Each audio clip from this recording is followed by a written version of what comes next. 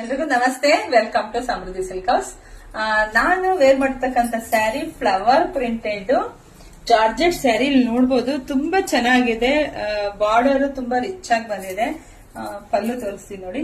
ಪಲ್ಲು ಕೂಡ ತುಂಬಾ ಚೆನ್ನಾಗಿದೆ. ಮತ್ತೆ ನರ್ಗೆಗಳು, ಮೇನ್ ನರ್ಗೆಗಳೇ ಬೇಕಿರೋದು ನೋಡಿ. ನರ್ಗೆಗಳು ತುಂಬಾ ನೀಟಾಗಿ ಸಾಫ್ಟ್ ಆಗಿ ಕೂತ್ಕೊಳ್ಳುತ್ತೆ. ಯಾರು ಬೇಕಾದ್ರೂ ವೇರ್ ಮಾಡಬಹುದು.